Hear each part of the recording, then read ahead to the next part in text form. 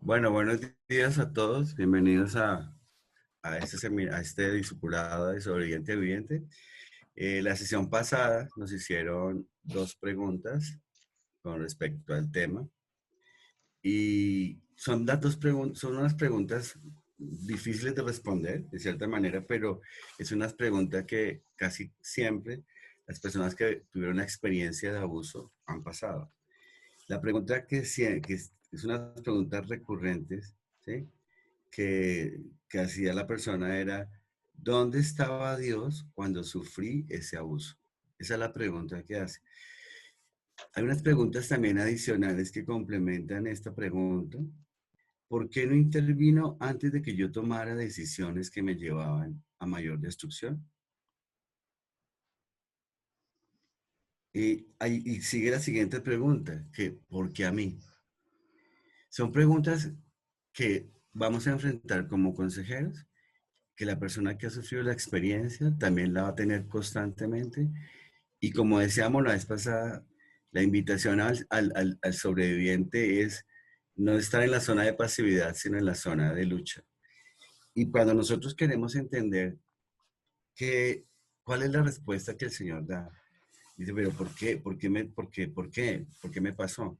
Debemos entender el contexto de la naturaleza caída. O sea, nosotros estamos viviendo en una naturaleza caída. Por eso vino Jesucristo a redimirla. Eso es parte del contexto de la respuesta. Pero la respuesta en sí se da en lo que el Señor hizo en la cruz.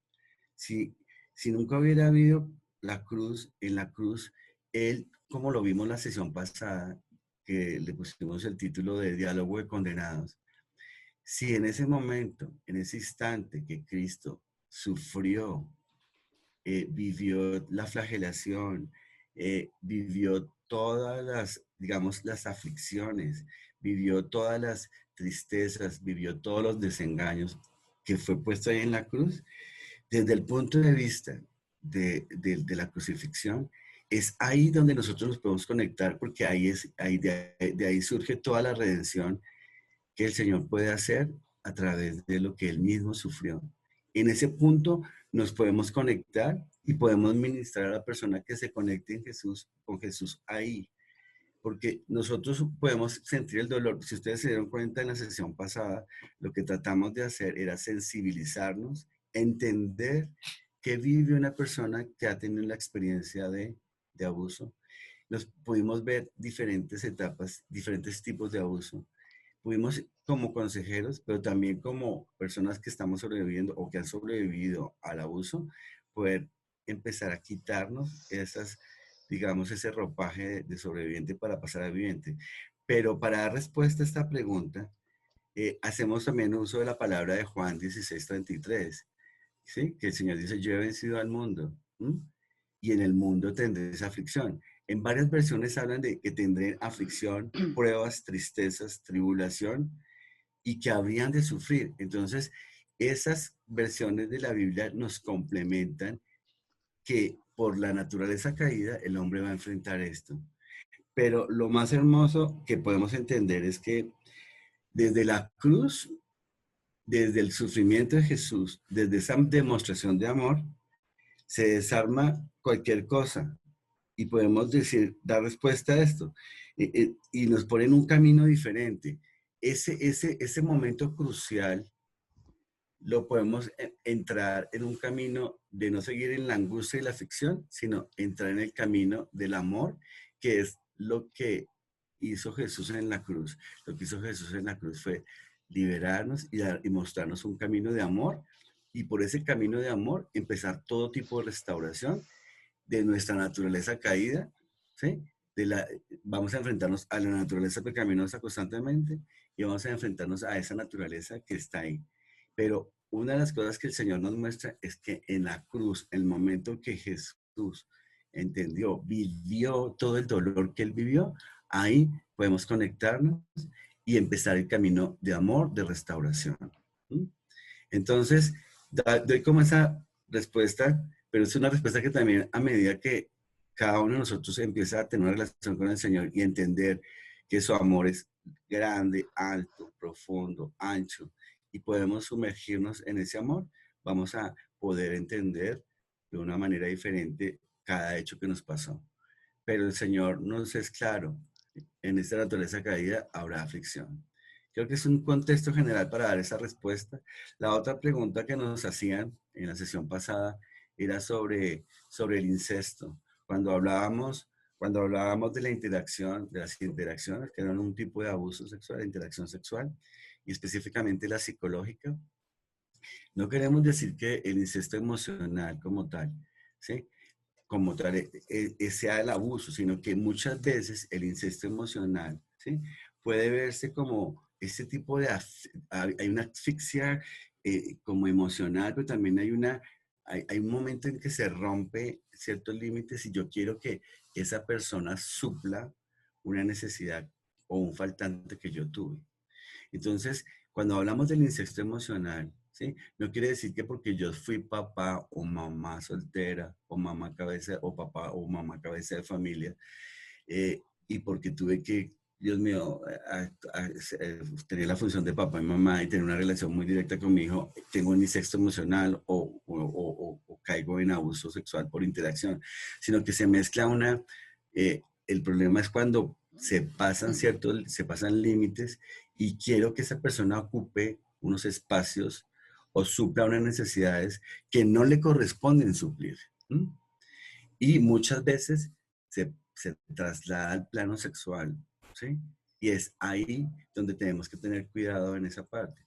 En la relación, porque la sociedad en este tiempo, hay muchos papás que han criado a sus hijos solos y muchas mamás también.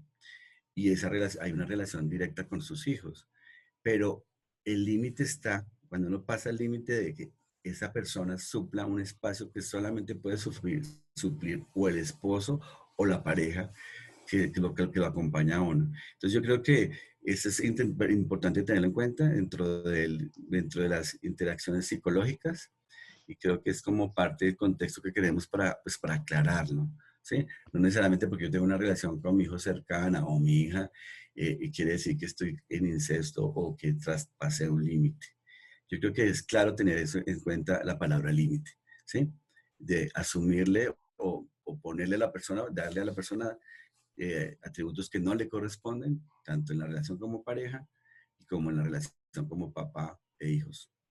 Bueno, esa era la respuesta, no le quito más tiempo, Patricia. Esas eran dos preguntas que tuvimos la vez pasada. Entonces, Pati, buen día, que Dios te bendiga, que Dios te use. Gracias, Sigue. gracias. Bueno, buenos días para todos. Hoy seguimos con nuestra segunda sesión. Yo voy a apagar la cámara porque a veces me traba un poquito el computador. Eh, y bueno, vamos a orar. Bueno, Padre, queremos darte gracias en esta mañana, Señor. Hoy todo lo que vamos a hablar, Señor, lo ponemos en tu altar, bendito Dios. Yo te pido, Padre, que tú abras los ojos espirituales de cada persona que en este momento está en el discipulado, Señor. Que pueda haber, bendito Dios, la trascendencia, Señor, del abuso, pero también poder ver, como decía César, cómo ese amor tuyo viene a restaurar, a sanar lo que está dañado, lo que está herido, lo que está quebrado. Hoy te pedimos, bendito Dios, quita vendas espirituales que no permiten enfrentar cara a cara el dolor, pero sabiendo que cuando lo hacemos contigo, Señor, podemos soltar ese dolor y abrazar el gozo, la paz y todo lo que tú tienes para nosotros. En el nombre de Jesús. Amén y amén. Quería, antes de entrar al tema, comentarles algo y es que vamos a tener en la quinta y en la novena sesión. Edgar, me confirmas, es novena, ¿no? Quinta y novena sesión. Sí, Vamos quinta y a novena. tener, vamos a tener media hora más, o sea, vamos a ir hasta las 9, con el fin de poder hacer una ministración por lo amplio de los temas y querer pues poder darles la información necesaria.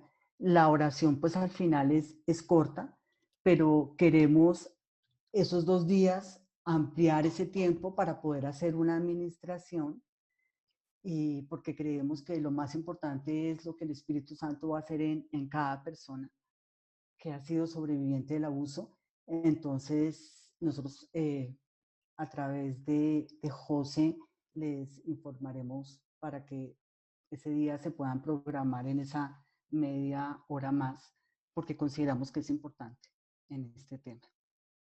Bueno, hoy vamos a entrar a la segunda sesión que tiene que ver con el trauma y la fragmentación del corazón en el sobreviviente.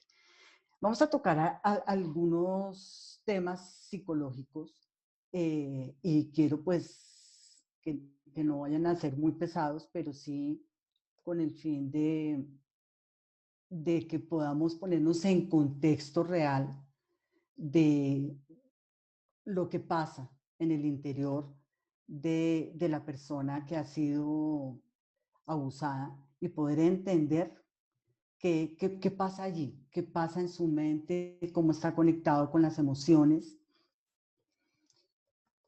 Perdón, pero no me está dando para moverlas.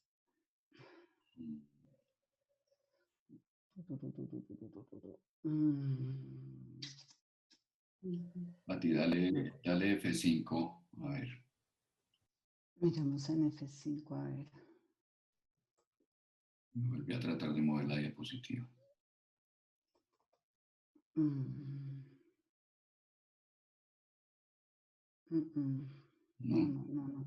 me está dejando.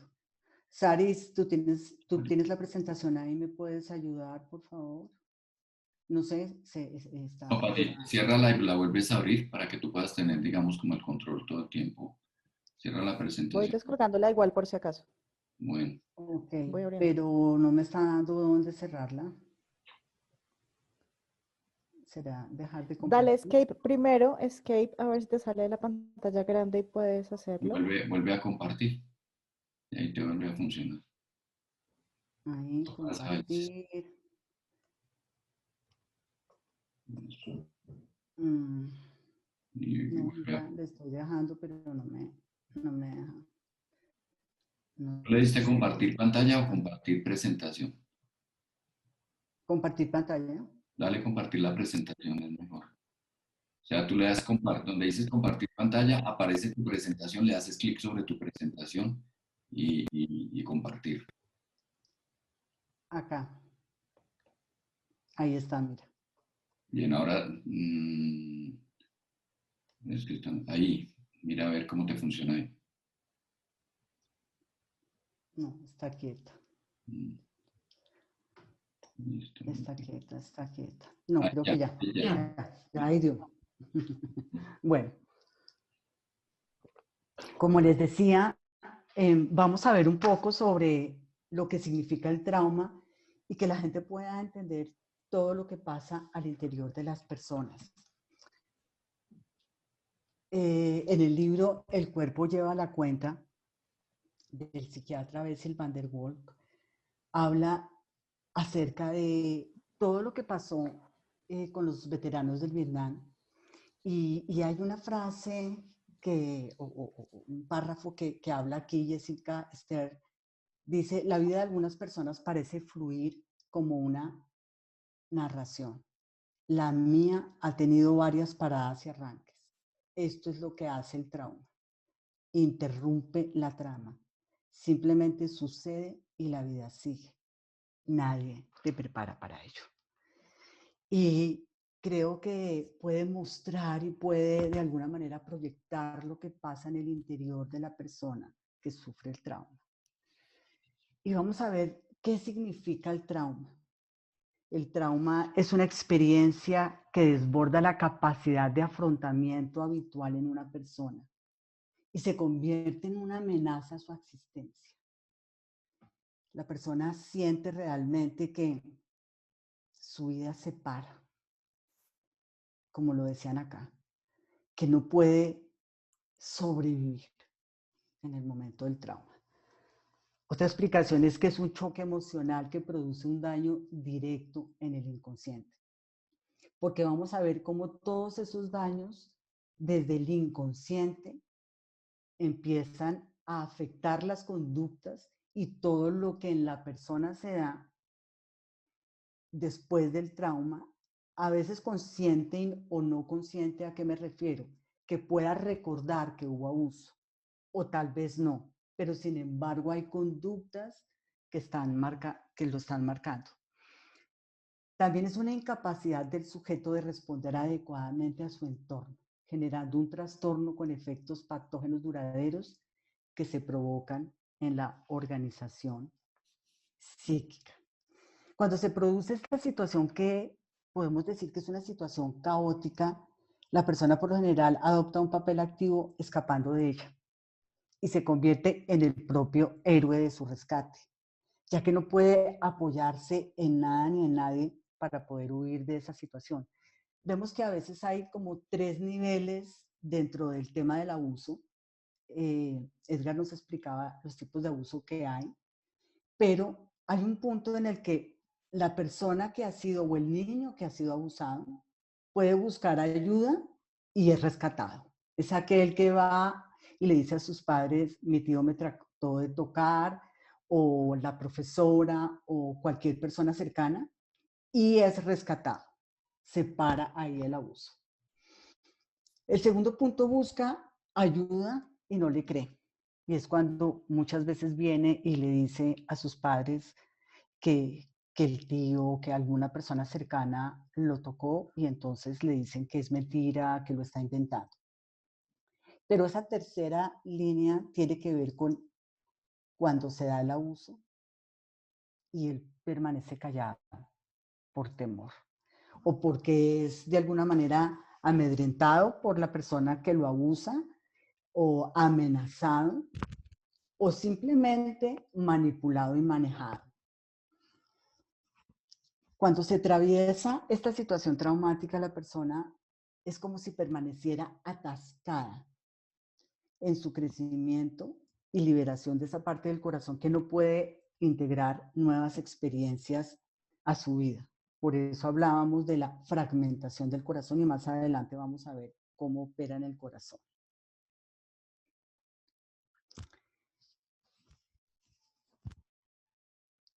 La huella traumática es una experiencia congelada en el tiempo. Y estas imágenes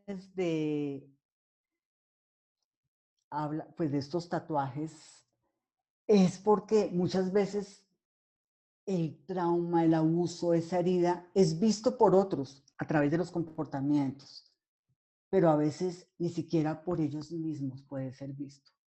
En esta primera, en la espalda, donde de alguna manera está ese tatuaje, ¿sí?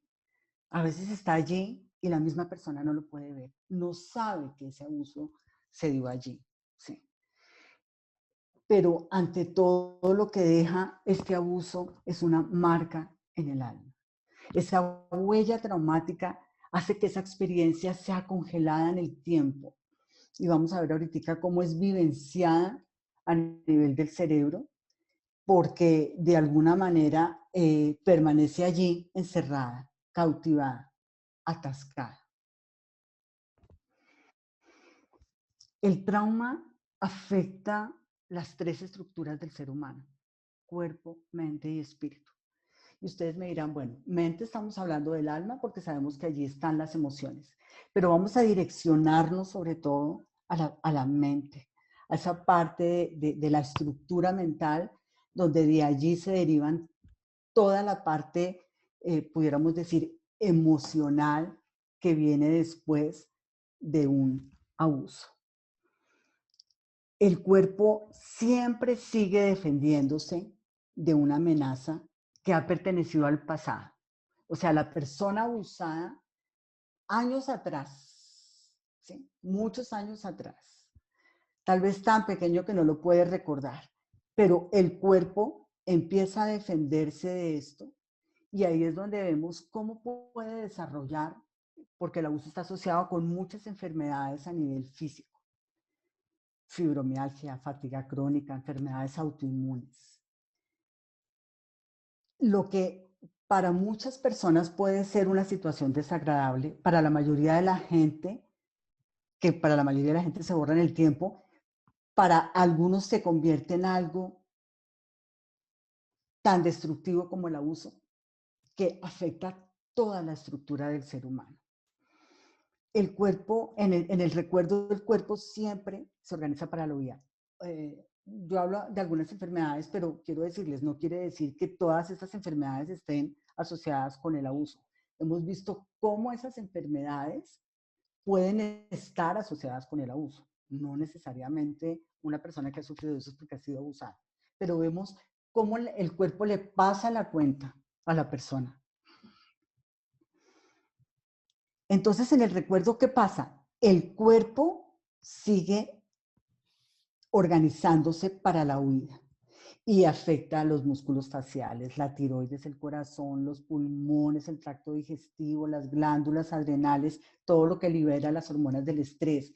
Por eso los procesos de ansiedad se disparan enormemente en las personas que han tenido trauma y los circuitos eléctricos del cerebro se siguen encendiendo en vano. Es como si se presentara una alerta permanente, ¿sí? Como ese ruido permanente interno que dice alarma, alarma, peligro, peligro. Eso es lo que pasa en el cerebro de la persona. En el sistema límbico está el centro de las emociones y este es el que monitorea el peligro. ¿Qué quiere decir eso? Es el juez de lo que es agradable y lo que es desagradable para la persona. Es como el árbitro de lo importante o no para poder sobrevivir. En el sistema límbico, ¿sí?, se encuentra el tálamo, hipotálamo y amígdala. No quiero entrar en mucho detalle, pero se los nombro para que sepan que esto es parte de lo que se ve involucrado en el tema del abuso. Y allí, en este sistema límbico, no solamente está el centro de las emociones, sino también de los instintos sexuales. Entonces, vamos a ver cómo el abuso puede afectar. En el abuso se dan experiencias abrumadoras y fuera de control. Es tan fuerte lo que allí se presenta y que impacta psicológicamente a las víctimas, que comienza estas experiencias a afectar de una manera muy fuerte todo lo que tiene que ver con su parte interna, con su interior, con su yo.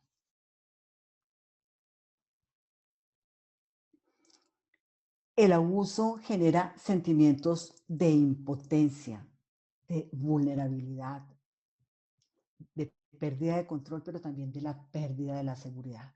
Fíjense cómo se mueven los pisos en una persona que ha sufrido abuso. Vamos a mirar un poquito más adelante en detalle.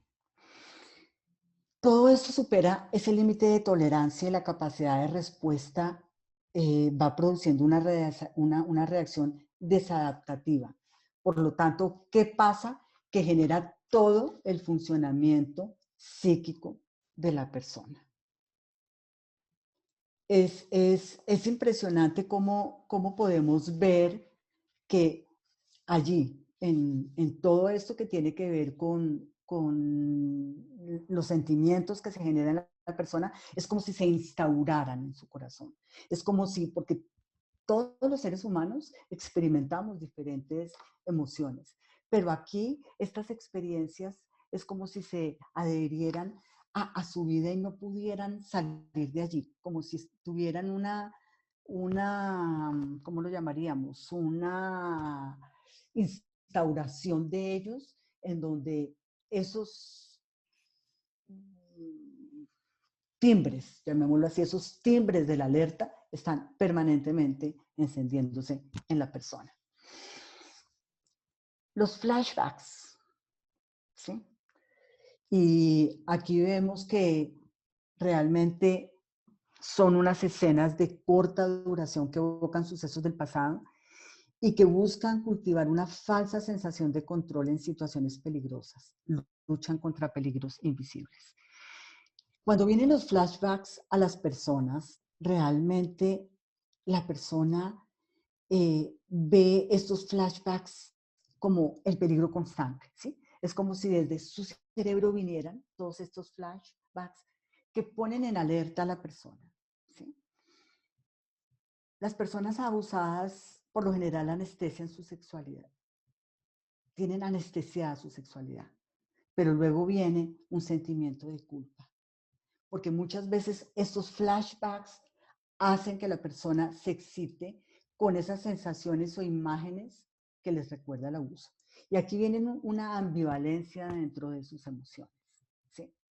Porque la persona se siente mal, como esos flashbacks, que son esas escenas cortas, pueden venir a activar, de acuerdo al recuerdo, sensaciones en las personas. Estas emociones intensas e incontrolables que se dan hacen muchas veces a la persona sentir que se está volviendo loca. A mí, los pacientes y con las personas que he estado trabajando los temas de abuso, me dicen, a veces sintiera como que están fuera de control, como si realmente yo no pudiera ni salir de esto, pero tampoco poder controlar todo esto que viene a mi mente.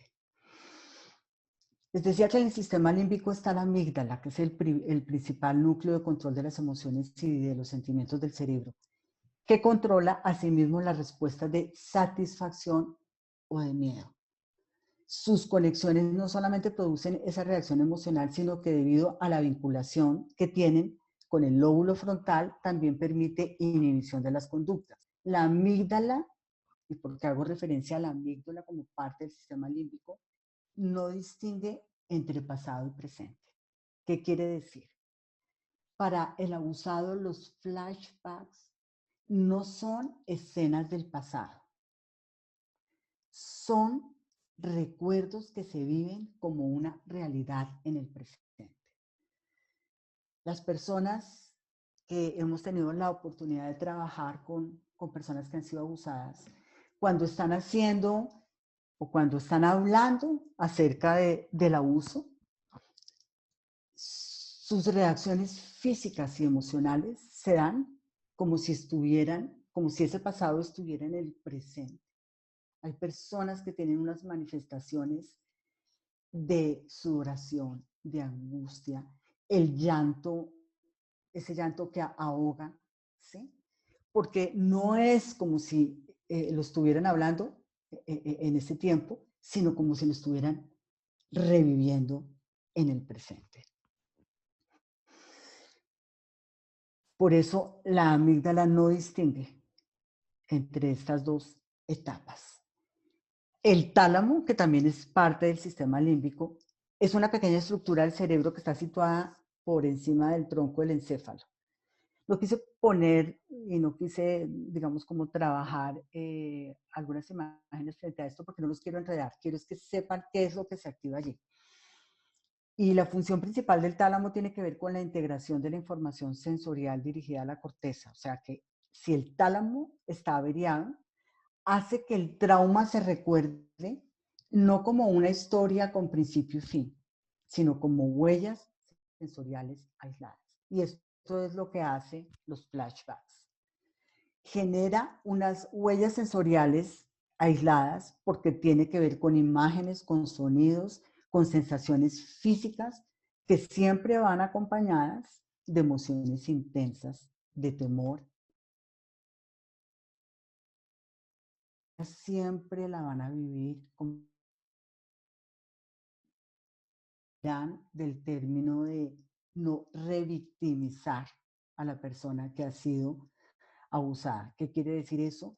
No ponerla a contar de nuevo la historia varias veces, porque ¿qué es lo que pasa? Que todos estos flashbacks evocan en la persona un sufrimiento que no lo está viviendo como un recuerdo del pasado, sino como un presente. Por eso tanto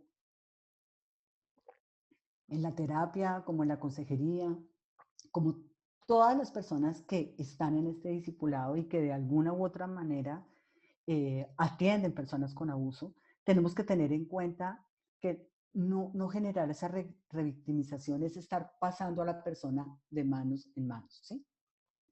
Para que tenga que ir de nuevo y contar su experiencia, ¿sí? Es poder centrarnos en el trabajo y hacer ese proceso integral con la persona con el fin de que esto no se presente. El trauma por lo general es una experiencia que le dice a la persona, esto durará para siempre. Y creo que aquí es donde vienen más sentimientos de desesperanza en la gente, porque sienten que nunca van a poder salir de ello, que es algo que, si pudiéramos decir, que los va a perseguir, ¿sí? Que se va a colocar, muchas personas me dicen a mí, es como si se colocara una sombra en mí.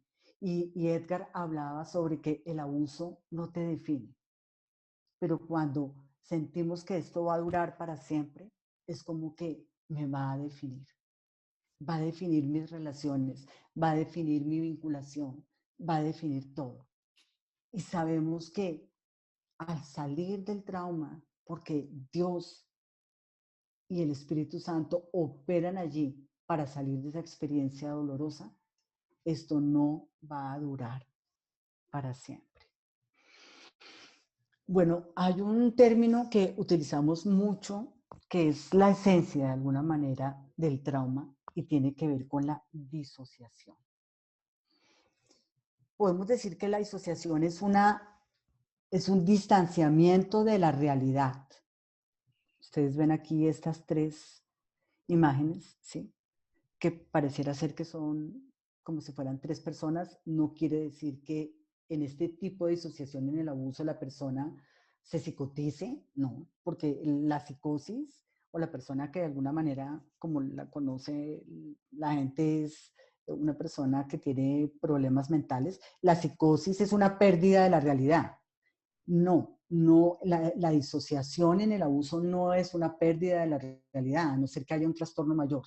Simplemente es un distanciamiento de la realidad, ¿sí?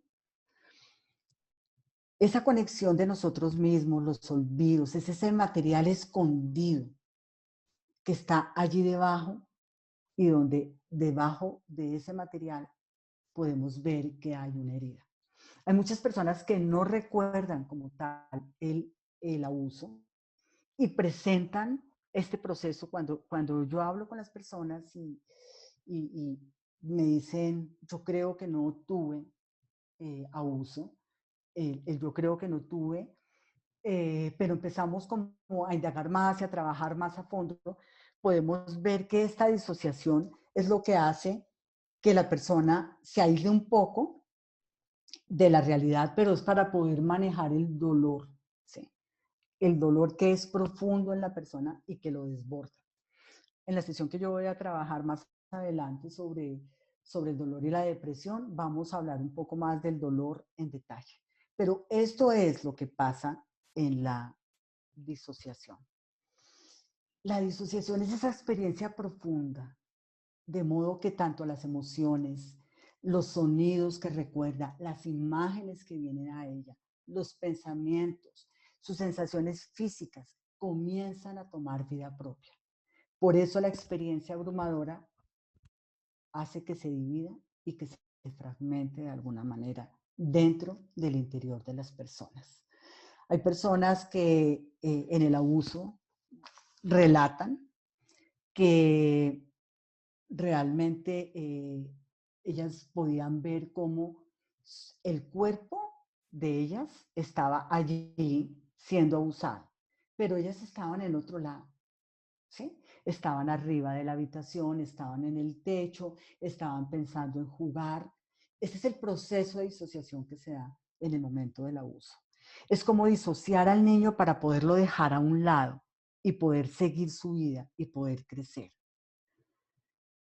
La palabra disociar es impedir la asociación entre dos cosas. Entonces, esto produce obviamente una alteración en el estado de conciencia y bloquea la capacidad de expresión de las emociones negativas, alterando de alguna manera los actos y la conciencia del individuo. Como la persona no se pudo escapar físicamente, se escapa mentalmente. Esto es lo que hace el proceso de la disociación. ¿Qué quiere decir? Que es ese mecanismo de adaptación o de defensa para poder dominar, minimizar o tolerar el dolor por el trauma. O sea, este proceso se lleva a cabo en el interior de la persona para poder manejar el dolor profundo. ¿Sí? Yo digo que Dios de alguna manera permitió los mecanismos de defensa en nosotros, porque por la caída, por el pecado, por el dolor, por todo lo que tenemos que enfrentar en esta tierra, el dolor nos desbordaría si no tuviéramos mecanismos de defensa que de alguna u otra manera nos ayudaran a manejarlo. Pero en un proceso de restauración, ¿qué pasa? Que nosotros necesitamos entender que esos mecanismos de defensa comienzan a bajar. Digamos que esas puertas que hemos levantado, esas murallas que hemos levantado, comienzan a bajar para poder enfrentarnos en ese momento al dolor y poder, no solamente a nivel terapéutico, sino a nivel espiritual, saber que Dios puede comenzar a entrar allí a sanar. Recuerdo a alguien que atendí que fue a consulta porque tenía problemas en su matrimonio a nivel de sexual, a nivel de su vinculación con su esposo. Y yo recuerdo que en las primeras sesiones, porque muchas de los síntomas, si pudiéramos decir, de todo aquello que me hacía unir una idea con la otra, me llevaba a un posible abuso en ella. Y recuerdo que cuando yo le pregunté, ella me dijo, no, nunca, yo nunca, no he tenido nada de abuso.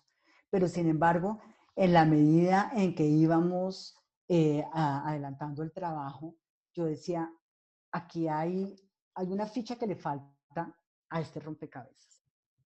Hay algo que me muestra que sí pudo haber abuso, pero puede haber una negación grande de ella. Y entonces empezamos más como en detalle a hablar acerca de su relación intrafamiliar. Y recuerdo que en algún momento me contó que su hermano mayor, ¿sí?, entraba al cuarto a acariciarla. Entonces cuando dijo la palabra acariciar, pues obviamente se prendió el bombillo y yo le dije, ok, cuéntame un poco sobre eso. Entonces me decía, no, es que él es una persona muy especial, es una persona muy linda, él me ama, él nunca me hubiera querido hacer daño, no, nada, pero sus caricias eran caricias sexuales. Y la negación que había en ella y la disociación era que esas caricias estaban direccionadas a sus órganos sexuales. Pero para ella era como el hermano que abraza a la hermana y simplemente pues le da un abrazo, ¿sí? Un abrazo, si pudiéramos decir sano, un abrazo de acuerdo a su conexión afectiva. Pero ella omitía que esas caricias, porque además cuando ella empezó a hablar de las caricias, ella hablaba de unas caricias que se pueden dar entre dos hermanos, ¿sí? Ay, me cogió la mano, me dio un abrazo. Ella omitía que eran caricias a nivel sexual. Y ahí estaba la esencia de todo su proceso que más tarde traería daño en sus relaciones sexuales. Dentro de esas emociones que se experimentan tras el abuso, hay yo digo como una forma de pensar, como un esquema en la persona que lleva a la persona a pensar que si a ella le hacían cosas terribles, es porque ella es una persona terrible. ¿Sí? O sea, como que el resultado de lo que ella recibió es debido a quién era ella, ¿sí? O a quién es ella, a quién está determinada. O sea, si la abusaron es porque ella era mala, ¿sí? Bueno, la rabia.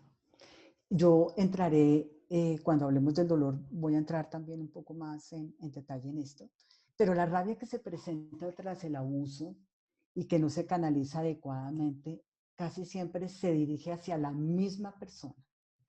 Se dirige tanto en forma de depresión como de autodesprecio y de actos autodestructivos. Y cuando hablo de autodestructivos, lastimarse, golpearse, cortarse. Recuerdo a alguien que que tras un tema de abuso, cada vez que presentaba rabia, golpeaba la pared casi hasta fracturarse la mano. Y esos episodios de rabia no habían podido identificar a qué se debían.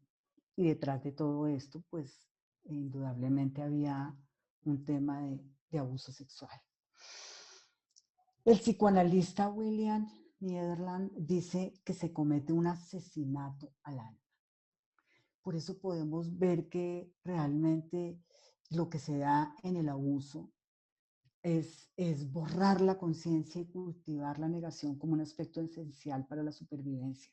Pero el precio que se pierde, el precio que se da, porque se pierde realmente la pista de quién es la persona, de lo que está sintiendo, de quién es y en quién puede confiar. Todo esto se da. Por eso él habla del asesinato del alma. El asesinato del alma, de alguna manera, también vemos por qué las medidas, y en la sesión que vamos a trabajar toda la parte, digamos, jurídica acerca del abuso, vemos por qué las medidas que se toman frente a la persona que ha generado abuso, pues son tan fuertes, ¿no? Porque de todas maneras se asesina el alma. ¿Mm? Todas las huellas que el trauma dejan, como lo decía ahora, tanto en el cuerpo como en la mente, que generan esas sensaciones que se vuelven como aplastantes, ¿sí? Se traducen más adelante en personas que comienzan a sufrir una ansiedad y una depresión y un miedo a perder el control, y donde siempre están alertas ante el peligro. Ustedes van a ver que cuando ha habido abuso, la persona siempre está en alerta al peligro del rechazo, a la confianza, al odio a sí mismo, a las mismas pesadillas que se presentan. ¿Sí? El trauma realmente es vivido por la persona como algo real y actual. Y por eso es importante, y aquí estamos abordando no solamente desde el punto de vista terapéutico, porque pues creemos que algunos de los casos, no quisiera decir muchos o todos, obviamente necesitan un trabajo terapéutico, a veces psiquiátrico, e indudablemente para todos nosotros que somos creyentes, el espiritual, que sabemos que es donde está realmente la sanidad. William Shakespeare decía que el dolor que no habla gime en el corazón hasta que lo rompe. Y eso es lo que siente la persona. Por eso es importante que la persona que ha tenido abuso, que se sienta frente a nosotros, pueda nombrar, identificar y sentir lo que ha vivido. Y podamos ser nosotros aquellas personas que escuchamos, porque ese va a ser el primer paso a la recuperación de la persona. La persona necesita organizarse para sobrevivir. Y por eso cuando Edgar, César y yo estuvimos trabajando este tema, veíamos que en todos los casos, de alguna u otra manera, que han tenido abusos, las personas se organizan para esto. Se organizan para poder sobrevivir. Si la respuesta de lucha, de huida, digamos, sale bien y puede la persona escapar del peligro, puede recuperar su equilibrio interno y gradualmente, pues bueno, se va recuperando, ¿sí? Pero si por alguna razón esta respuesta normal se bloquea, el cerebro sigue secretando esas sustancias químicas del estrés y los circuitos eléctricos del cerebro se siguen encendiendo en vano. Entonces la persona empieza a buscar estrategias para su supervivencia. Casi siempre que están ahí grabadas en su cerebro y que se aprendieron desde la infancia para poder hacer frente a la situación. La persona se pregunta, ¿cómo sobreviví? Esta es una pregunta que se hace mucho las personas que han tenido un abuso continuo. Pero ¿por qué si hay otros más dignos que yo? porque yo no morí ahí, ¿sí? La culpa de ese sobrevivir los lleva a comportamientos autodestructivos por haber sido sobrevivientes. Siempre dicen, hay algo malo en mí porque yo soy malo.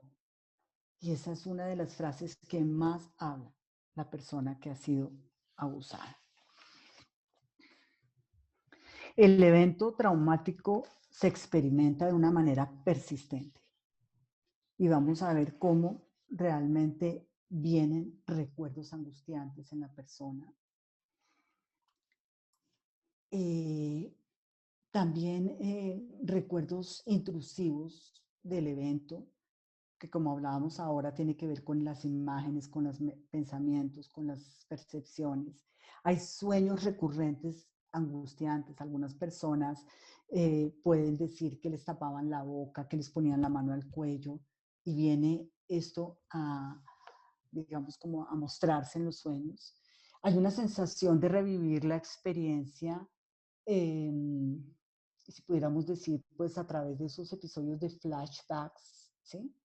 Hay una intensa angustia psicológica por la exposición a las señales internas o externas que simbolizan, al parecer, un aspecto del evento traumático. Algunas personas lo asocian, por ejemplo, con cuando llegaba el tío a la casa y sonaba el timbre, y ese timbre inmediatamente activa y paraliza en la persona todo lo que está conectado con el evento traumático. Hay una evitación persistente de los estímulos asociados con el trauma.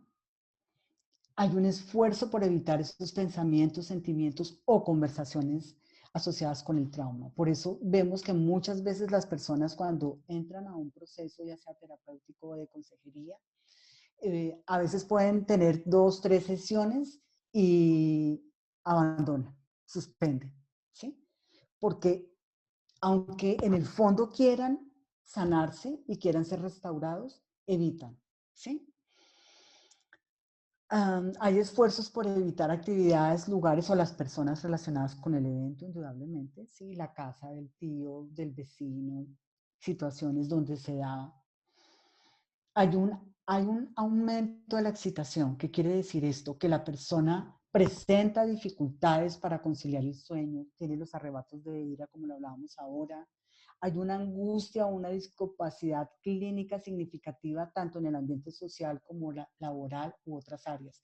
Es impresionante cuando uno empieza a trabajar algunas áreas con las personas y van, si pudiéramos decir, por alguna situación que no tiene o no está directamente relacionada con el abuso, pero que vemos que estas situaciones de alguna manera están conectadas con ella.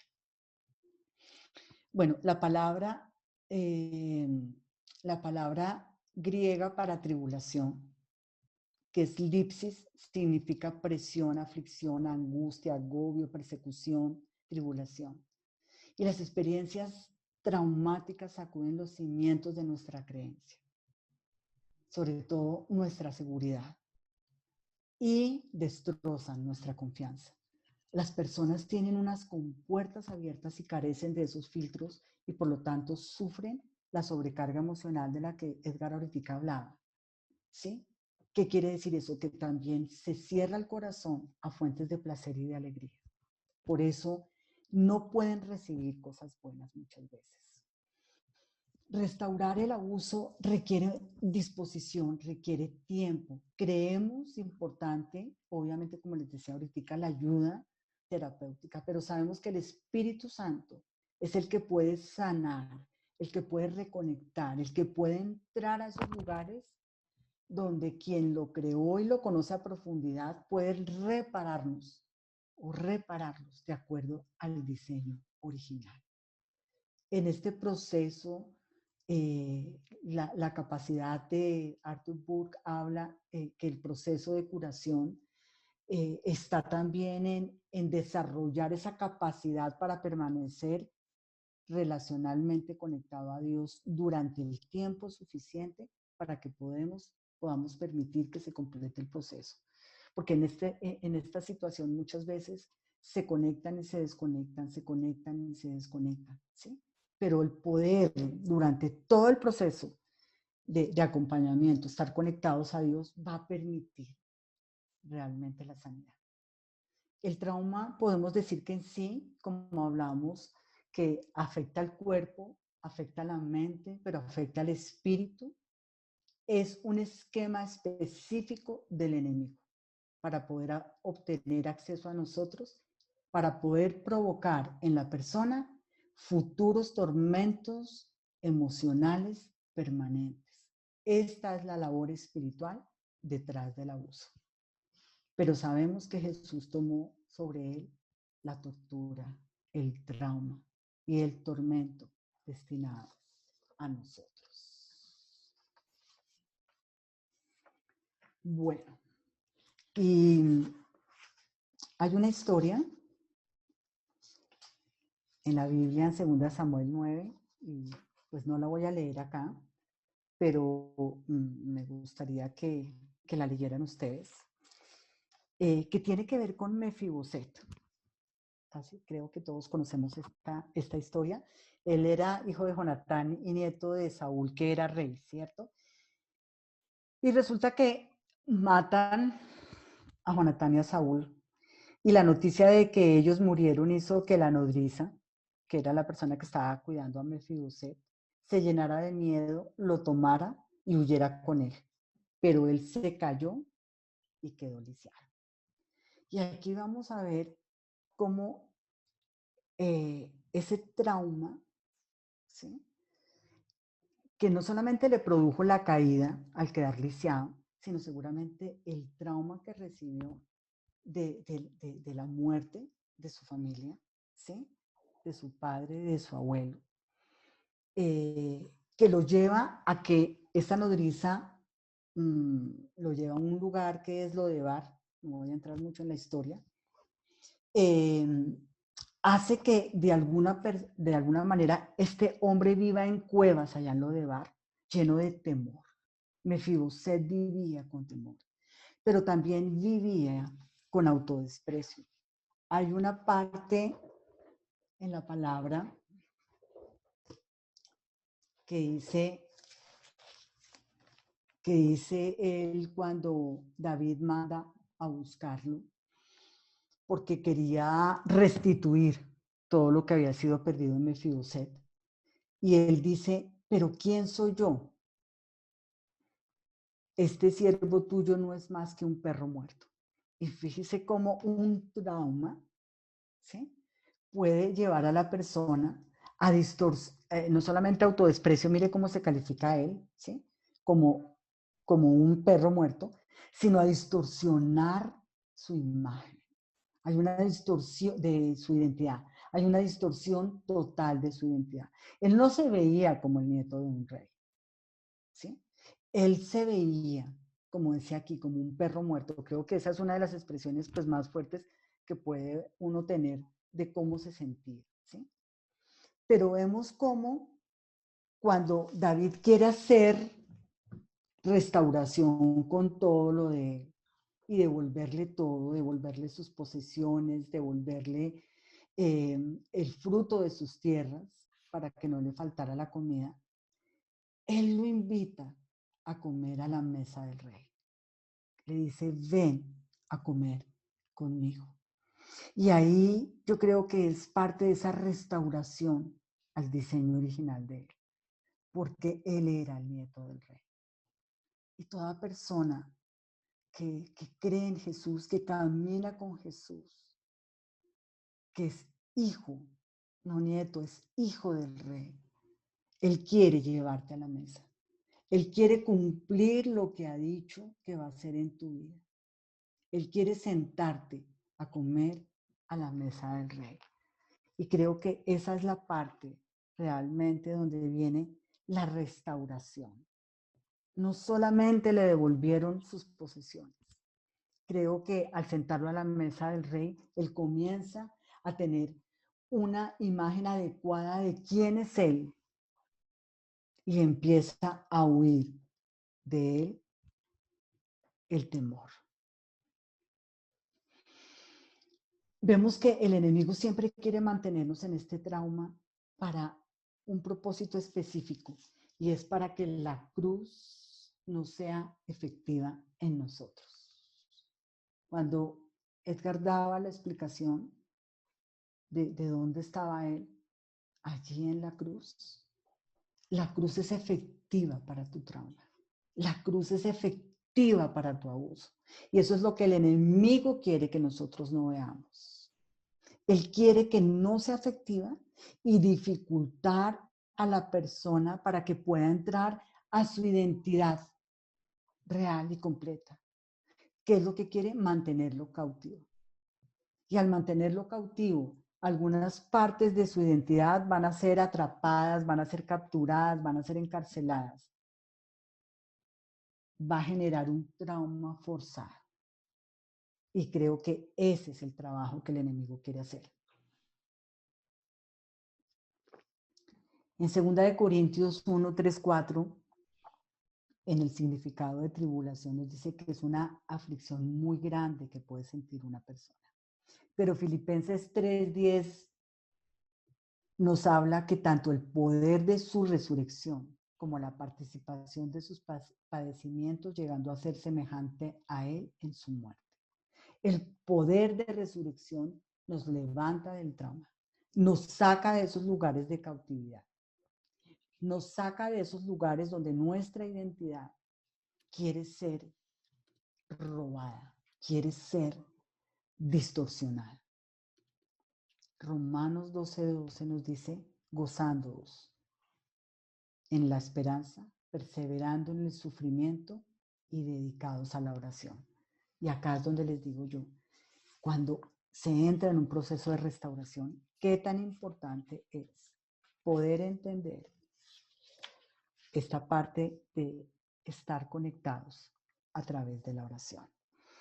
Juan 10:9 dice, yo soy la puerta. Si alguno entra por mí, será salvo, y entrará y saldrá y hallará pasto. Jesús nos dice que Él es la puerta. Salvo en hebreo significa no solamente que hemos sido, no solamente que ha venido a nosotros la salvación, significa sanar, curar y rescatar. Y aquí voy a entrar en un tema que me encantaría poderlo extender más, pero por el tiempo no podemos, que tiene que ver con las puertas. El Señor mostraba cómo a través de todo lo que se genera en el trauma, se levantan puertas en nuestro corazón. Hay unas puertas que se cierran en nuestro corazón para mantener emociones que están allí encarceladas. ¿Sí? Pero miren la importancia de decirnos que Él es la puerta. Él es una puerta por la que podemos entrar y salir. Entrar y salir. ¿Sí?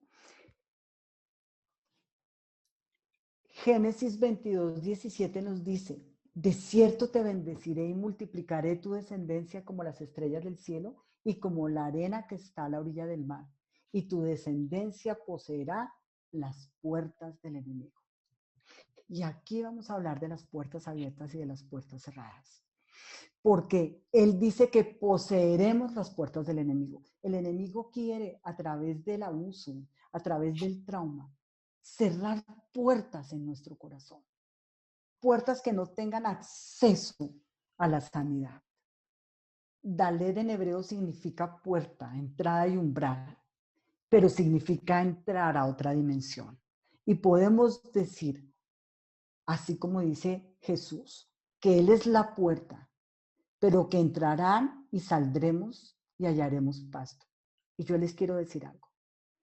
Antes de la cruz, porque Él es la puerta, entramos con el dolor, entramos con el trauma, entramos con todas estas experiencias que les he hablado acerca o que están conectadas con el abuso. Pero saldremos a una nueva dimensión. Saldremos a la dimensión de la sanidad. Y esto es lo que Él nos permite. Ver cómo pasamos a la sanidad. ¿Qué pasa entonces en el corazón? En el corazón se levantan defensas contra las ideas y todos los afectos dolorosos e insoportables, y de esta manera se comienzan a cerrar puertas en nuestro interior. Cuando yo trabajo este tema con las personas abusadas, por lo general me gusta ponerlas a pintar. Y yo siempre les digo, no importa cómo pintas, si pintas bien o no pintas bien, pero me parece importante que pintes, porque cuando pintas, casi siempre todo lo que tiene que ver con el abuso lo ponen en cuartos separados, como si ese corazón que está fragmentado, como le decíamos al comienzo, generara cuartos cerrados, cuartos que no tienen acceso, ¿sí?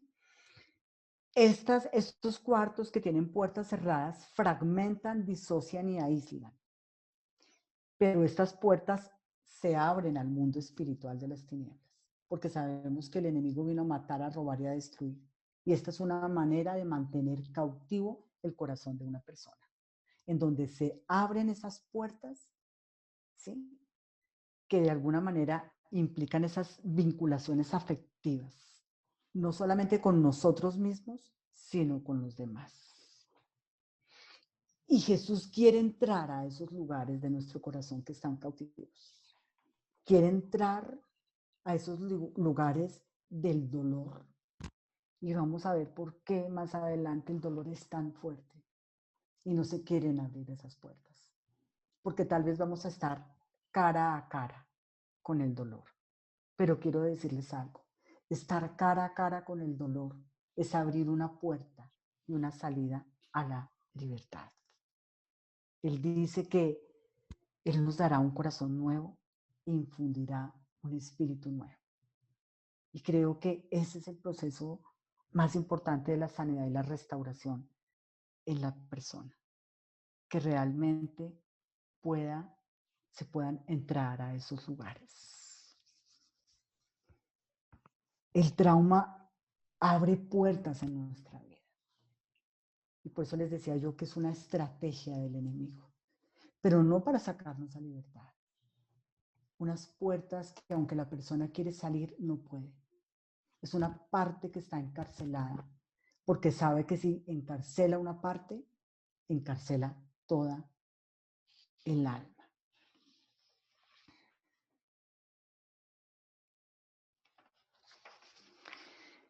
Estas puertas cerradas en la fragmentación del corazón, y cuando hablo de fragmentación, como les decía, es como dividiendo el corazón, ¿sí? Como dividir el corazón, como llevar ese corazón, ¿sí?, a unos lugares tan cautivos que pareciera ser que ahí se cierran y que esas emociones no pueden salir, ¿no? Como yo les decía, Dios nos ha dado la posibilidad de tener emociones agradables y emociones desagradables, ¿sí? Y todos los seres humanos las experimentamos. Pero cuando se cierran puertas a través del trauma, estas emociones quedan ahí cautivas, ¿sí? Entre ellas podemos ver que está la rabia, la vergüenza, la culpa, la tristeza, la sensación de locura, de que la persona va a perder va a perder su cabeza, va a perder la cordura, ¿sí? La violencia, la ambivalencia entre el placer y el dolor, la soledad y el temor, ¿sí? Y estas puertas al mantener cautivo no quiere decir que simplemente están cerradas y que no las vemos, sino que estas emociones se manifiestan en la persona y tienen comportamientos donde pareciera ser que no tienen una explicación clara de por qué se presentan de esa manera, como les decía ahorita con el tema de la rabia, ¿sí? De esos estallidos de rabia sin control, ¿sí? El sentirse culpables por todo, el llevar sobre sus hombros la culpa de todo lo que pasa, o sea, yo fui culpable dentro del abuso, porque el niño de por sí lleva un sentimiento de culpa. Algo hice yo, ¿sí?, para que me abusaran. Recuerdo un caso muy fuerte de una niña bueno, cuando yo la atendí ya estaba adulta, que sentía una culpa enorme por todo, una culpa patológica por todo. Y recuerdo que ella me decía que su padre biológico la abusaba, pero cuando la accedía para tocarla, le decía que era que él tenía que explorar porque ella era muy ardiente. Imagínense decirle eso a una niña, que ella era muy ardiente, que ella era muy caliente y que necesitaba explorar. ¿Ustedes se imaginan lo que pasó en el alma de esta niña? Ella se levantó creyendo que era culpable de ese abuso. O sea, que su padre venía y la tocaba al decirle estas palabras porque habían cosas tan malas y tan terribles en ella que provocaron que su padre la abusara. Entonces hay una culpa muy grande frente a las cosas que se dicen allí, ¿sí? La ambivalencia entre el placer y el dolor, porque es el dolor del abuso. Pero un niño cuando es estimulado, que siente placer y que no tiene un direccionamiento a nivel sexual, sino simplemente porque hay unas terminaciones nerviosas en sus genitales que al tener contacto produce placer, genera esa ambivalencia en la persona. ¿Mm? Entonces, es muy fuerte todo lo que se guarda allí, detrás de esas puertas cerradas. El abuso genera una inestabilidad emocional que está marcada por la desvinculación en las relaciones interpersonales. Y cuando hay vinculación se da a través del falso yo que se levanta. ¿Qué quiere decir esto? Que todo lo que genera el abuso, que está allí esa inestabilidad emocional, hace que las vinculaciones en sus relaciones interpersonales no sean sanas, no sean buenas. ¿Sí? Hay relaciones de codependencia, hay relaciones de aislamiento. ¿Sí? Pero cuando se da la vinculación, la persona necesita levantar ese falso yo. No es quien es ese falso yo que se levanta para poder conectarse con las personas.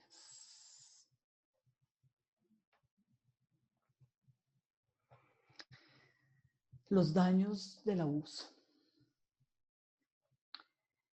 La crueldad que se ocasiona cuando hay un acceso carnal violento hacia un niño, donde no solamente hay unas marcas de los daños físicos que se pueden generar, pues, o que se generan dejando secuelas a nivel de sus genitales, porque sabemos pues que obviamente cuando un adulto tiene un acceso carnal violento con un menor, pues se generan daños a nivel de sus genitales. También son esos daños que, como les decía antes, marcan y asesinan el alma, que dejan una sensación, lo primero, de impotencia. ¿Sí? Porque esa impotencia que queda también allí dentro del corazón de la persona, genera una sensación de traición y de ambivalencia, ¿sí? Donde se arrebata de verdad la esperanza, la fe y el amor en la persona. La impotencia, al igual que la violencia, arrebata la posibilidad de elección, y es por eso que la sexualidad en algunas ocasiones, no vamos a decir en todas, en algunas ocasiones la sexualidad en la vida adulta se puede volver desordenada, se puede dar una atracción al mismo sexo, y aquí se genera pues una falsa seguridad de la elección, ¿sí? Todo esto se da precisamente por todo ese abuso que se dio en la impotencia. Vemos que también se presenta un nivel de vergüenza, un nivel alto de vergüenza, que abre la puerta en el niño, ¿sí? Porque la amenaza de quedar descubierto y humillado genera esa sensación de desesperanza, de desesperación, ¿sí? La depresión nace frente a la tensión del impulso de cambiar y al abandono de la esperanza. Y la persona busca no sentir nada ni bueno ni malo, sino dejar de existir. Por eso voy a trabajar específicamente en una de las sesiones todo lo que tiene que ver con la depresión, ¿sí? Y con el dolor profundo en la persona. Las personas abusadas buscan aniquilar el dolor en de su vida, ¿sí? Y para eso, pues lo que hablábamos de la disociación, pero también hay negación, también hay amnesia, para no recordar todo lo que vivieron. Pero esa disociación levanta una puerta para poder separar la mente de la agonía emocional y poder dividir las partes buenas de las malas de nuestro ser. Esa es otra puerta que se levanta. Y por eso veíamos la importancia de la administración, porque estos son conceptos, pero vamos a ver cómo el Señor entra a todas estas habitaciones, a todas estas puertas cerradas y clausuradas en nuestro interior.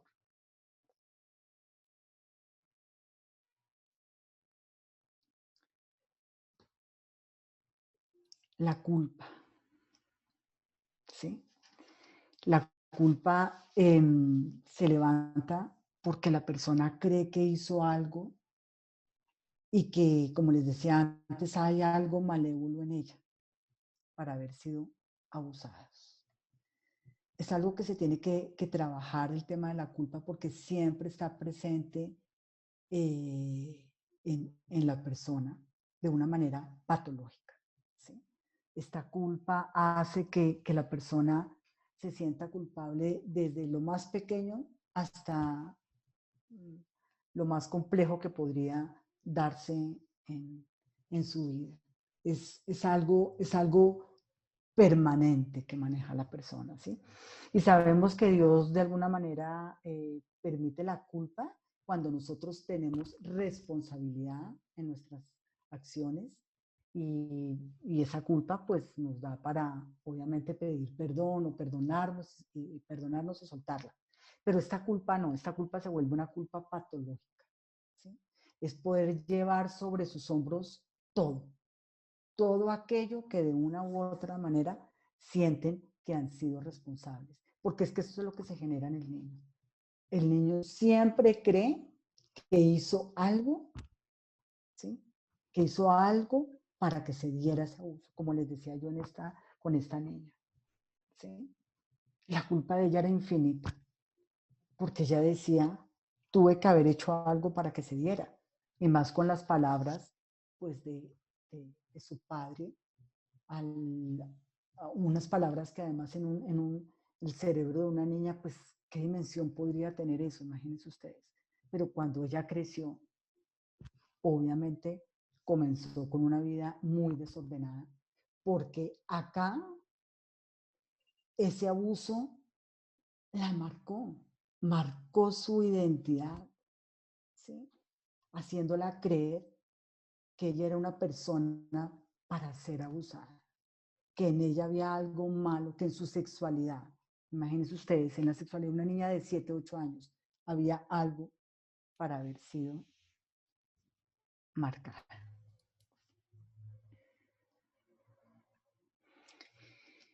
La herida de la traición.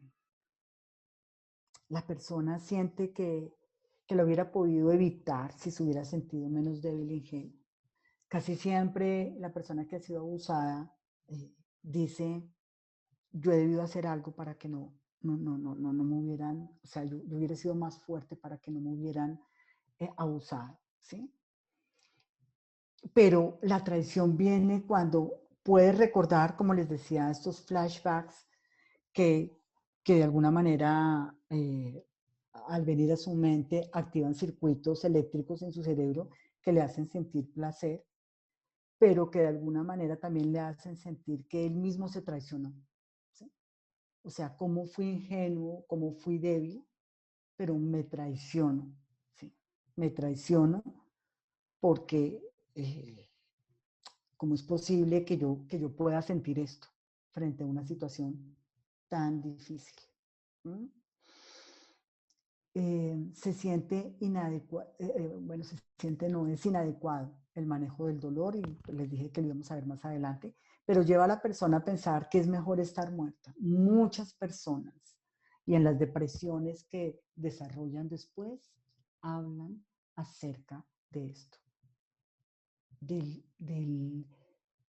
ese dolor que de alguna manera los lleva a pensar mejor en terminar su vida, ¿sí? En acabar con su vida, porque sienten que los desborda, si pudiéramos decirlo. Y el inapropiado manejo de la ira, que lo hemos tocado, pero también no solamente se levanta contra sí mismo, ¿sí?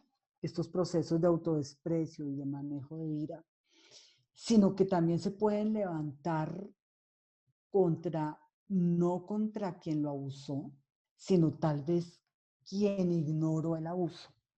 ¿A qué me refiero con esto?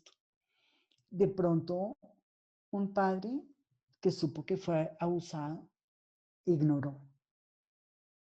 O que tal vez le dijo, cállalo. ¿Sí? Cuando un padre o una madre no preguntan cosas que podrían ser obvias en un abuso, hay un manejo de ira hacia ellos muy fuerte. Porque si deberían haber sido los cuidadores, ¿sí? Supongamos que el abuso pues no se dio por ellos, sino por un tío, por, ¿sí? Alguna otra persona. Y esos cuidadores de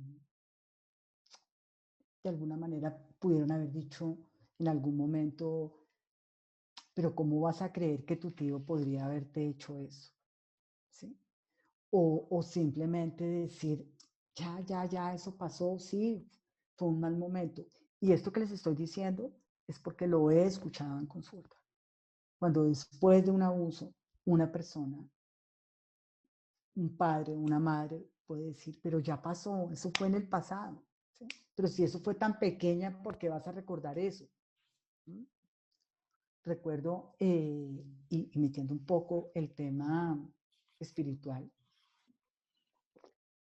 de unas hermanas que yo atendí, en donde su abuelo las había abusado. Todos los hijos eran creyentes, eran cristianos. Y ellas pues contaron cuando estaban grandes acerca del tema del abuso. Y lo primero que les dijeron sus tíos es, ya, perdona y olvida eso. Nosotros tenemos que perdonar. Ellas lo escucharon más o menos desde los 12, 13 años. Yo las atendí como a los 20, 22 años. Y el dolor infinito que tenían estas niñas era tremendo. Porque ellas sentían a Dios un cómplice también del abuso. ¿Sí? O sea, que simplemente tengo que perdonar y ya olvidar. ¿Sí? Y ellas nunca pudieron trabajar de pequeñas, nunca trabajaron su proceso de abuso. Cuando tenían 20 años. Entonces, imagínense todo lo que hay en el interior de una persona al decir lo que pasó contigo, ya olvídalo. ¿Sí? Cuando hay como les decía antes, un asesino del alma, que es el abuso, que está destruyendo el interior de una persona, en donde no puede sacar ese dolor, en donde no puede manejar ese dolor, en donde no puede hablar de sus experiencias, en donde no puede expresar su rabia, su ira. Todo ese daño que produce el abuso, en ese manejo inapropiado, hay que dejarlo salir. Tenemos que oír a la persona con su dolor, con su rabia, con su ira. Recuerdo que en estas dos niñas, que eran hermanas, en otra persona, en una prima, eh, eh, la verdad tuvo intento de suicidio en su edad adulta por el mismo abuso del abuelo. ¿Sí? Y necesitamos dejar que el Espíritu de Dios entre a sanar. La intimidad es una puerta que se abrió para llevar a cabo el abuso. Y por eso la vinculación se vuelve una amenaza. Porque el añorar a los demás y abandonar su soledad siente a la persona que lo puede destruir.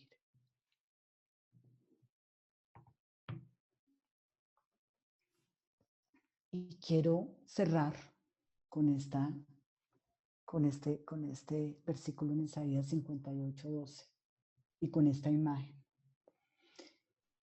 Y dice, reconstruirás las ruinas antiguas, edificarás sobre los cimientos antiguos, te llamarán reparador de murallas destrozadas y restaurador de calles habitadas. Y yo te digo, si tú sufriste abuso, esto es lo que Dios puede hacer. Él repara tus murallas destrozadas. Hay que permitirle abrir esas puertas. Hay que permitirle entrar a esos lugares más recónditos del corazón del ser humano para poder sanar, para poder sacar el dolor, para poder estar cara a cara con ese dolor. El dolor queremos evitarlo, pero es necesario estar cara a cara con el dolor, porque es la única manera de ser libres. Esta imagen es del desierto de Atacama en Chile. Y dicen que ha tenido un florecimiento espectacular en los últimos 18 años, que es un evento muy extraño de la Tierra, en uno de los desiertos más secos del planeta. Y esto se dio debido al fenómeno del Niño, que como ustedes recordarán, dejó muchos desastres en la Tierra, dejó inundaciones. Pero ahora podemos ver otra cara de la catástrofe.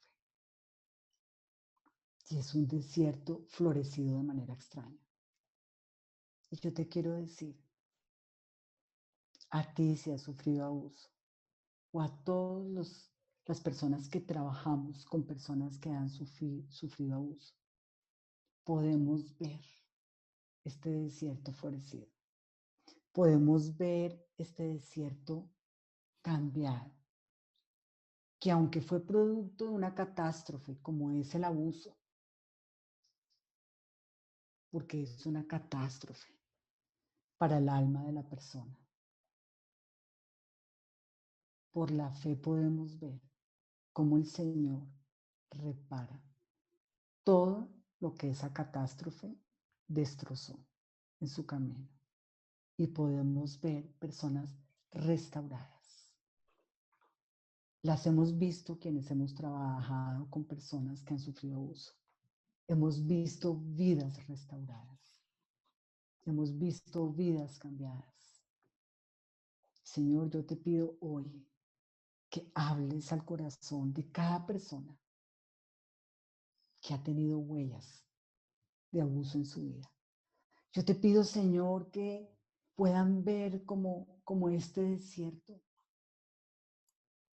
que aunque haya pasado, Señor, un fenómeno natural, ese fenómeno del abuso que no es natural y que no era el diseño de Dios y que no estaba dentro de los planes de Dios para nosotros, que sí pasó por nuestra alma y por nuestro corazón, podamos ver la otra cara, podamos ver una restauración plena que solo tú, Espíritu de Dios, puedes hacer en nuestro interior, que solo tú, Espíritu Santo, puedes llevar a cabo en nuestras vidas. Yo te pido, Señor, que la fe y la esperanza en lo que tú haces en nuestras vidas llegue hoy a cada corazón, a cada persona necesitada. Y te pedimos, muestra, Señor, tu gloria, tu amor en nuestras vidas, en el poderoso nombre de Cristo Jesús. Amén.